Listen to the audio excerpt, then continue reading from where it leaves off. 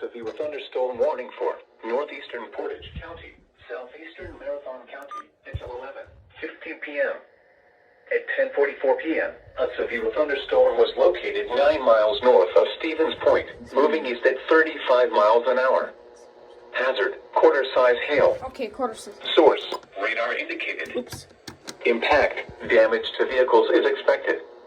Locations impacted include Rothschild, Shantytown, Rocky Corners, North Star, Galloway, Dewey Marsh Wildlife Area, and Holt.